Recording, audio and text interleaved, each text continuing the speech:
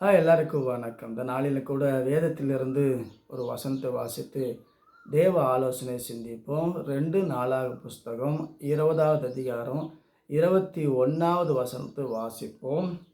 பின்பு அவன் ஜனங்களோடு ஆலோசனை பண்ணி பரிசுத்தமுள்ள மகத்துவமுள்ளதை துதிக்கவும் ஆயுதம் அணிந்தவர்களுக்கு முன்பாக நடந்து போய் கர்த்தரை துதியுங்கள், அவர் கிருபை என்றும் உள்ளதென்று கர்த்தரை பாடவும் பாடகரை நிறுத்தினான்.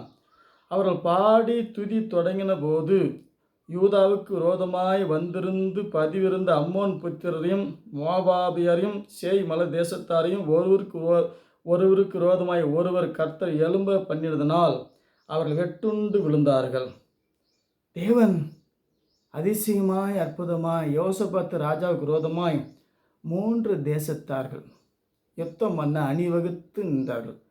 பயந்து போய் யோசபாத்து ராஜா உபவாசம் பண்ணி செபித்து ஜனங்களோடு ஆலோசனை பண்ணி ஆயுதம் அணிந்தவர்களுக்கு முன்பாக பாடகரை நிறுத்தி மகத்துவம் உள்ளவரை துதிக்கவும் பாடத் தொடங்கின போது சத்துருக்கள் நமக்கு விரோதமாய் வந்திருக்கிற நோயும் பேயும் நாயும் சத்துருக்களும் போராட்டங்களும் பிரச்சனைகளையும் எப்படி மேற்கொள்வது?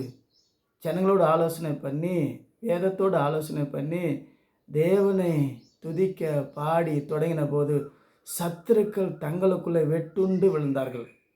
போன வாரத்தில் பூகம்பம், சூரிய அக்கினி, பலவிதமான உஷ்ணத்தினால் பல ஜனங்க ஐரோப்பா நாட்டில் செத்து மடிகிறார்கள்.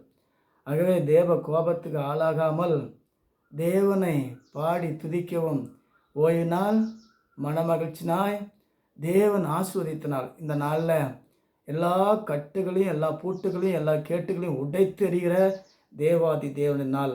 நம்ம வேலை என்ன? சும்மாயிரு, சுகமாயிரு. சுவிசேஷம் சொன்னபடி வானத்தையும் பூமியும் உண்டாக்கின தேவனை பாடி துதிக்கும் போது என்ன நடக்குதுன்னா, அதில் 25வது வசனம், யோசபாத்து அவருடைய ஜனங்களும் அவர்கள் உடைமைகளை கொள்ளையிட வந்தபோது அவர்கள் கண்ட ஏராளமான பொருட்களும் பிரேதத்திலிருந்து உரிந்து போட்ட ஆடை ஆபரணங்களும் தாங்கள் எடுத்துக்கொண்டு போகக்கூடாது இருந்தது. 3 நாளாய் கொள்ளையிட்டார்கள். அது அவ்வளவு மிகுதியாக இருந்தது. கொள்ளையிட்டார்கள். எப்படி? சண்டையிட வந்தவர்களை பாடி துதிக்கும் போது சத்துருகள் தங்களுக்குள்ளே தாங்களே வெட்டுண்டு விழுந்தார்கள்.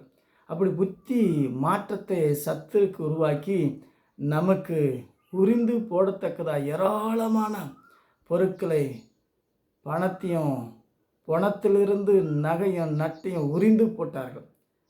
நாம் அப்படி செய்ய வேண்டியதில்லை. நம்ம துதிக்கிறோம், மரணத்தை ஜெயிக்கிறோம், நித்தியமாய் கர்த்தரோடு வாழுறோம். இதுதான் ஏராளமான ஆசீர்வாதம்.